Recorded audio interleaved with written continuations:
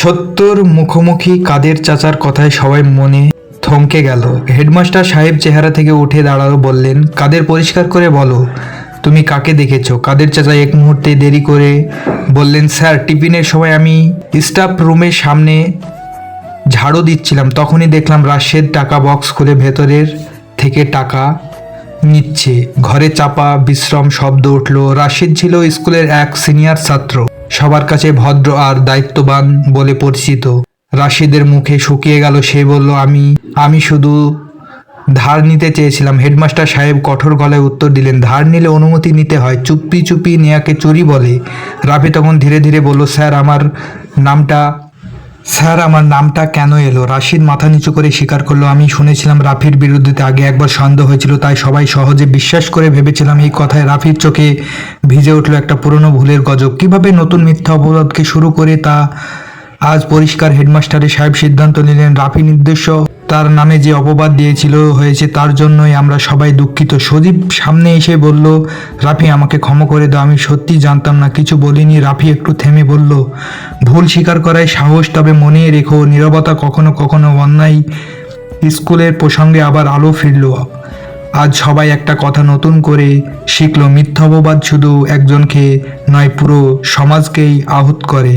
ক্ষমা ও শিক্ষা ঘটনা মিটে যাওয়ার পর স্কুলে যেন অন্যরকম একটা নীরবতা নেমে এলো, কিন্তু সেটা আবার ভয় না, সন্দেহ নীরবতায় নয়, এটি ছিল উপলব্ধি নীরবতা।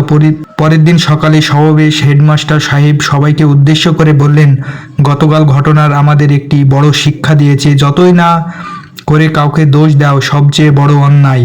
রাফিকে মঞ্চে ডাকা হলো। সে একটু লজ্জা পেয়ে গেল, কিন্তু সাহস করে বলল, আমি কারোর প্রতি রাগ মানুষের প্রতি রাখতে চাই না, তবে চাই কেউ যেন তার মিথ্যা অপবাদের শিকার না হয়। এই কথার অনেকের চোখ ভিজে উঠল। রাশেদকে স্কুলের নিয়ম অনুযায়ী শান্তি দেওয়া হলো, কিন্তু তার পাশাপাশি তাকে সংশোধনের সুযোগ দেওয়া হলো।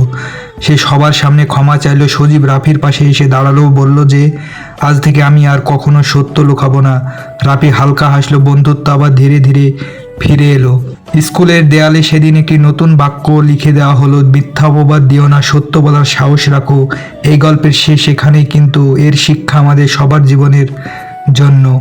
বদলে যাওয়ার মন। সময় ধীরে ধীরে এগিয়ে চলক। কাউকে সপ্তাহ কেটে গেছে সেই ঘটনার পর। স্কুলে সবকিছু স্বাভাবিক মনে হলেও ভেতরে ভেতরে অনেকের মন বদলে গেছে। রাফি এখনো আগের চেয়ে বেশি আত্মবিশ্বাসী। ক্লাসে সে আরো চুপ করে থাকে না। কখনো কখনো অন্যায় দেখলে সে ভদ্রভাবে প্রতিবাদ করে। শিক্ষাস লক্ষ্য করলো একটি মিথ্যা অপবাদ কিভাবে তাকে আরো শক্ত মানুষ বানিয়ে দিয়েছে। একদিন টিফিনের সময় দেখা গেল দুজনেই ছোট ক্লাসের ছাত্র ঝড়িয়ে পড়ছে, একজন আরেকজনকে দোষ দিচ্ছে, কিন্তু কেউ পুরো সত্য বলছে না। রাফি এগিয়ে এসে বলল, থেমে আগে সত্যটা পরিষ্কার করে বলল, কাউকে দোষ দিও না সহজে, কিন্তু সত্য বলা সাহসের।